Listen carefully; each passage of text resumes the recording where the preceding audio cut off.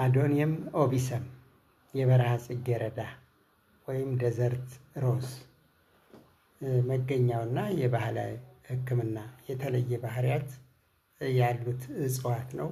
አዶኒየም ኦቢሰም ወይም የበረሃ ጽጌረዳ ተብሎ የሚጠራው በኢትዮጵያ በሚገኙ ደረቅና ዝቅተኛ ከፍታ ባላቸው አካባቢዎች የሚበቅል ሀገር በቀል እጽዋት ነው።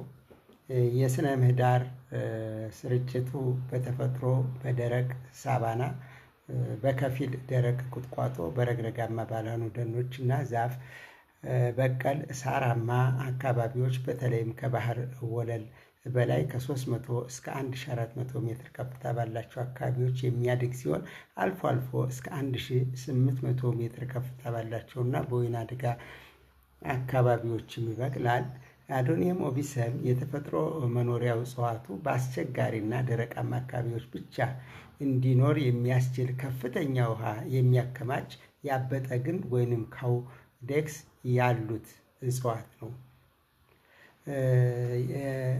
የሚስማማው የአፈር አይነት ጭንጫማ፣ ተዳፋት፣ በጠጠራማ መሬቱና ውሃማ በፍጥነት በሚያሰርጉ አሸዋማ አፈሮች ላይ በብዛት ይበቅላል። የአዶኒየም ኦቢሰም ወይም የበረሃ ጽጌረዳ በውስጡ እጅግ ከፍተኛ መርዛማ ያላቸው የፊቶ ኬሚካልስ የያዘ እጽዋት ነው። እንግዲህ እነዚህ በፋርማሲ እና በቤተ ሙከራ ውስጥ ከ50 በላይ ንቁ ወይም ባዮ አክቲቭ ውህዶች የተገኙበት እጽዋት ነው። እነዚህ ውህዶች በቤተ ሙከራ ብልቃጥ ወይም በእንስሳት ላይ ለተወሰኑ በሽታዎች ተለይተው የተጠኑ ቢሆንም እንግዲህ ለሰው ልጅ ሕክምና ግን በሳይንሳዊ መንገድ የተፈቀዱ ሳይሆን በባህላዊ መንገድ ስራ ላይ እየዋሉ በሕክምናው ላይ ጥቅም ላይ እየዋሉ ያሉ ናቸው። አዶኒየም ኦቢሰም በውስጡ ያሉ በርካታ ኬሚካሎች በተለይ ካርዲያክ ግላይኮሳይድስ ለምሳሌ በውስጡ ሱማሌን፣ ሆንግ ሄሎሳይድስ እና እንደ አሌ አንድሪጂን ያሉ የካርዶላይጂን ውህዶች የኢንፍሉዌንዛ በሽታዎችን ለመቋቋም ቫይረስ የመኖር አቅምን የሚቀንሱ በቤተ ሙከራ ጥናት የተረጋገጠ ባህሪ እንዳላቸው ነው። የካንሰር ህመሞችን ለምሳሌ የጡት፣ የሳምባና የፊኛ ካንሰር እና የኢንፍሉዌንዛ ቫይረስ ማከመም እንደሚችሉ ተረጋግጧል።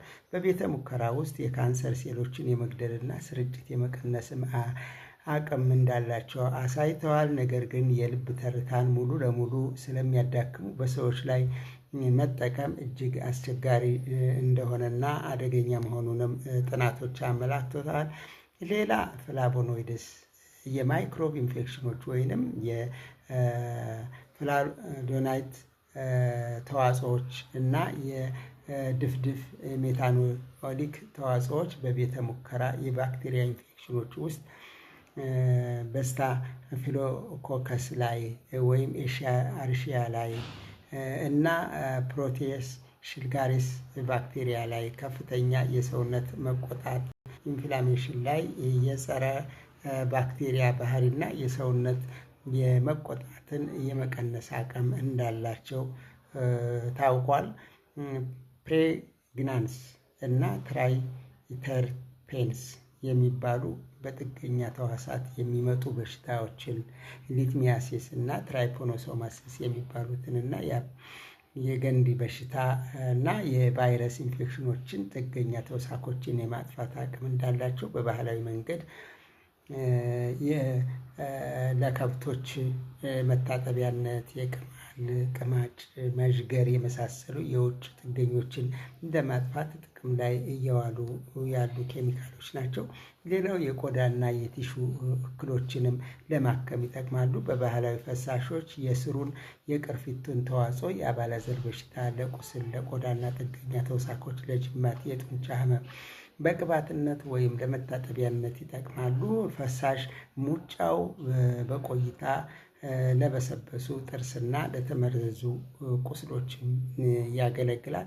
በባህላዊ ሕክምና የሚታከሙ በሽታውን በአፍሪካና በመካከለኛው ምስራቅ ባህላዊ ሕክምና የእጽዋት ክፍሎች በከፍተኛ ጥንቃቄ ተዘጋጅተው በቆዳ ላይ ብቻ በሚቀቡ መድኃኒትነት ያገለግላሉ። በዚህም የአባለዘር በሽታ እንደ ጨብጥ ያሉ በሽታን ለመዋጋት ስሮቹ እንደሚጠቅሙ በባህላዊ ሕክምና እንደዚህ ይነገራል።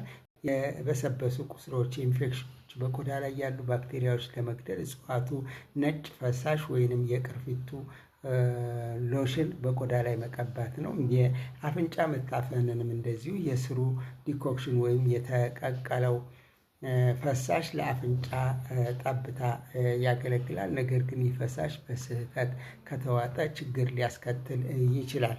በኢትዮጵያ ውስጥ ያሉ ባህላዊና የሕክምና አጠቃቀሞች አዱኒያም ኦቢሰም ወይም የበረሃ ጽጌረዳ ወይም ደዘርት ሮዝ እንግዲህ የልብ ግላኮሳይዶች የተሞላ በመሆኑ በኢትዮጵያ ውስጥ ያለው አካባቢያዊ አጠቃቀም ከተለመደው የሰው ልጅ የውስጥ ሕክምና ይልቅ ለሌላ አገልግሎት በተለይም ለእንስሳትን ለመግደል እና ለመቆጣጠር ይጠቀሙበታል። ባህላዊ የቀስት መርዝም እንደዚሁ ቀስት በአዳኞች ቀስት ጫፍ ላይ የአዶኒየም ኦቢሰም ሙጫን በመቀባት እነዚህ በተለይ በደቡብ ኢትዮጵያና በሴኔጋል የአዶኒየም ኦቢሰም ዋነኛ ጥቅም በጣም በኃይለኛ የቀስት መርዝ ምንጭነት በመሆን ነው።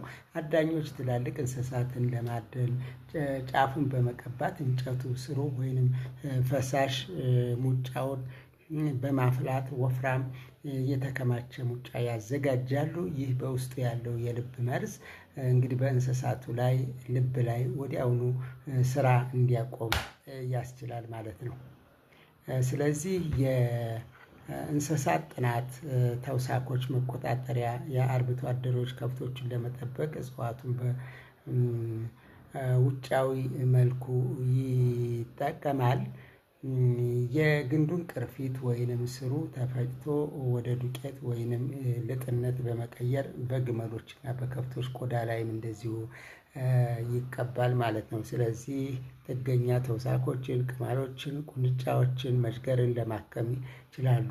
እንግዲህ ሌሎች ደግሞ ለሰዎች ጥቅም ላይ በሚውሉበት ጊዜ ጥቂት አጋጣሚ ባህላዊ ፈሳሾች አጠቃቀሙ በውጫዊ ቅባት ብቻ ለማድረግ ይጠቀሙበታል። በሌላ በኩል ግን አዶኒየም ኦቢሰም በጣም ማራኪ ከመሆኑም በላይ ለመዝናኛና ጌጣጌጥ ከባህላዊ ልምዶች ባለፈ እጽዋቱ ለየት ያለ ግንዱ እና ደማቅ ሮዝ የአበባ ውበቱ ምክንያት በከፍተኛ ዋጋ ለጌጣጌጥ በከተሞች ይሸጣል።